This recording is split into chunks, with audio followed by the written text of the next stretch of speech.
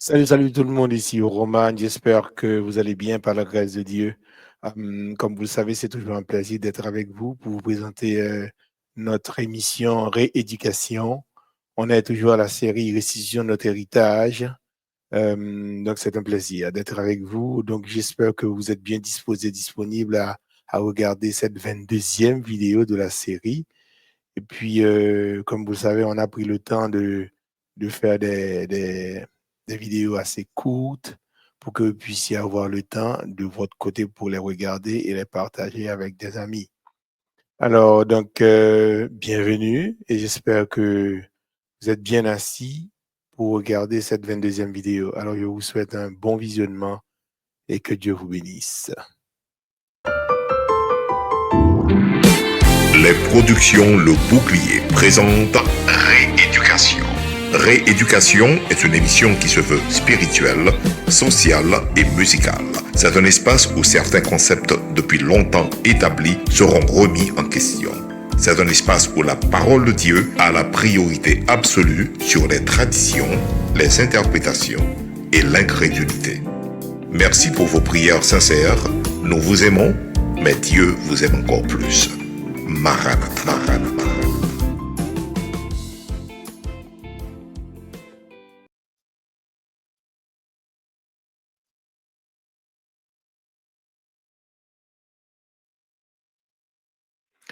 Maranatha, Dieu vous aime encore plus. Donc, c'est un plaisir pour nous d'être avec vous pour notre émission de prédilection, rééducation, et c'est toujours le même sujet, la restitution de notre héritage. Alors, qu'est-ce qu'on a pour aujourd'hui? On a le texte de base d'abord, Exode 22, verset 1, 7, 9, Luc 10, verset 19, que vous connaissez.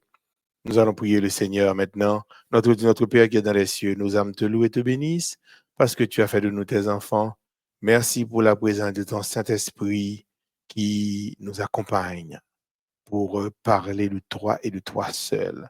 Merci d'avoir aussi pris le temps de nous indiquer les choses à présenter à ton peuple disséminé à travers la terre entière. Nous comptons sur toi. Nous te prions au nom de Jésus. À toi, Père, la gloire, la puissance, dès maintenant, au siècle des siècles. Amen, amen, amen, amen. Gloire à Dieu, gloire à Dieu. Alors, qu'est-ce qu'on a pour aujourd'hui? Vous vous souvenez, la semaine passée, on parlait de l'obstacle numéro 5, l'écharde de Paul. Et certains disent que ben, ça, c'est un problème que Paul avait au niveau des yeux. Quand on a son maladie, on gros bout de chèque dans les yeux. Et on a vu la semaine passée, d'après la Bible, la parole de Dieu, quand on est allé voir dans l'Ancien Testament, il n'y a pas un endroit qui, qui nous permet de comprendre que l'échade, le mot échade, d'après l'hébreu, ça traduit une maladie. Non. Et nous allons continuer avec ça là, OK?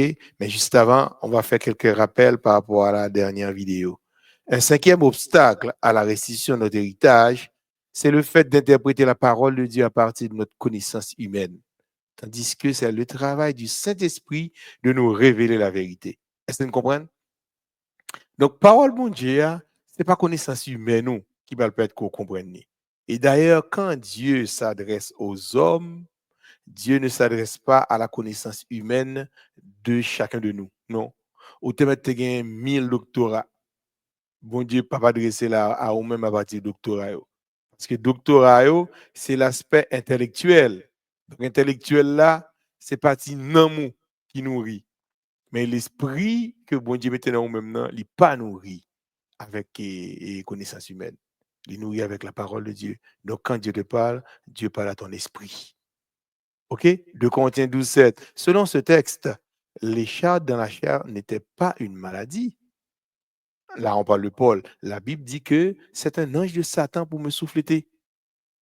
Le texte de 2 Corinthiens 12, verset 8 à 10 ne parle pas de maladie, mais ça parle de faiblesse, d'outrage, de calamité, de persécution et de détresse. Pas de maladie. En quel mot ça pas veut dire maladie. D'après des analyses théologiques, Dieu veut que certains de ses enfants ou certains de ses saints soient malades. Est-ce que c'est volonté de dire ça? Non. C'est un enseignement mensonger. C'est pas vrai. Et on connaît à cause de mode d'enseignement ça vient bloquer ou bien lier on série les monde qui t'a supposé jouer une guérison yo à partir de la parole de Dieu. Mais parole ça a bloqué yo pas qu'à délivrer à cause de ça. Où avez-vous lu dans la Bible qu'il s'agit de maladie quand on parle de l'échade dans la chair de Paul? Non, nulle part. Nulle part. Il faut que nous lisions la Bible. Dans Nombre 33, verset 55, il est dit, le mot échade est traduit en hébreu par piège. Il n'est pas traduit par maladie.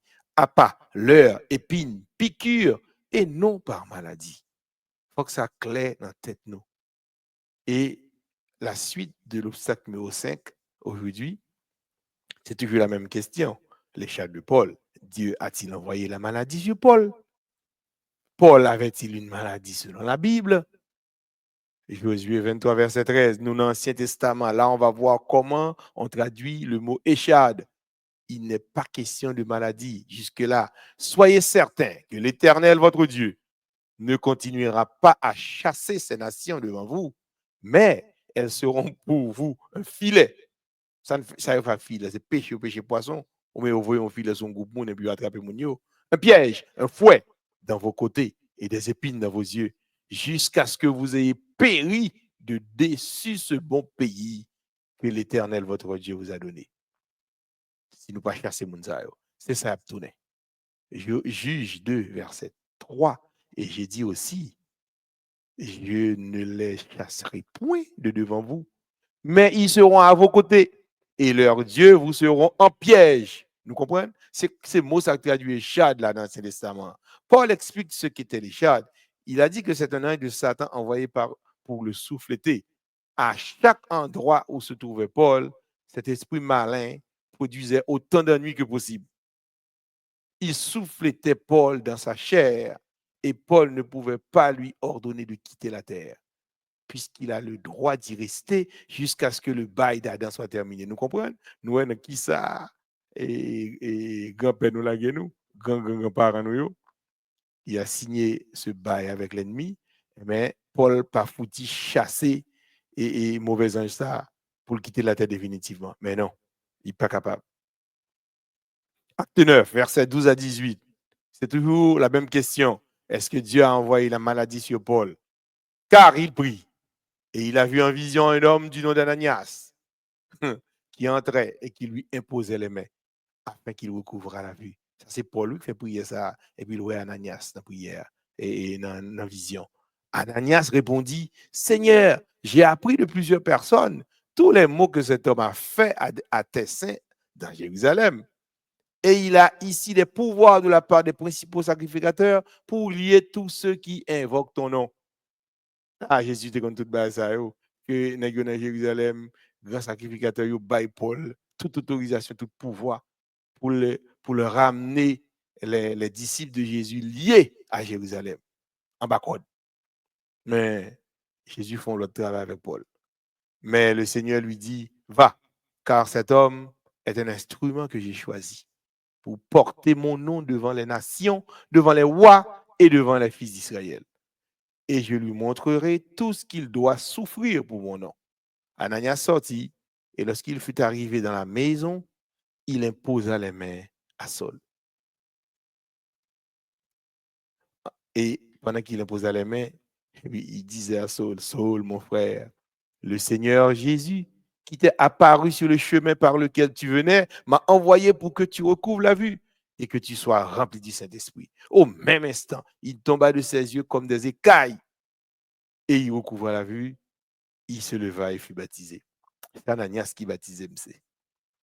Tu vois? Donc, jusqu'à présent, tout texte nous prend dans l'Ancien Testament, le mot échade, il traduit par autre chose. Il traduit par filet, il traduit par piège, mais ce n'est pas par maladie. Josué 23, verset 13, en conclusion pour aujourd'hui, dans le texte, l'échade n'était pas de la maladie, mais c'est un filet, un piège, un fouet, des épines dans vos yeux. L'échade était un ange de Satan de Corinthiens 12, verset 7, et qui était placé à côté de Paul pour le souffleter, pour qu'il ne s'enorgueillisse pas. Alors, mais ça qui passé, Paul ne pouvait pas ordonner à cet ange de quitter la terre. Nous comprenons pour qui ça? Parce que, eh bien, à cause de bail que Adam était signé avec Satan, il débat la responsabilité de la terre, il transfère le pouvoir. Et 2 Corinthiens 4 dit, pour les incrédules dont le Dieu de ce siècle a aveuglé l'intelligence. Et à ce moment-là, Paul n'a pas qu'à chasser définitivement un mauvais esprit ça pour le retirer sur la terre net. Il n'est pas capable. Il n'était pas capable.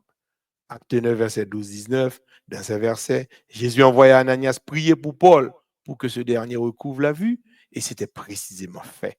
Au même instant, il tomba de ses yeux comme des écailles, et il recouvra la vue, il se leva et fut baptisé. Et nous disons, béni soit le Seigneur.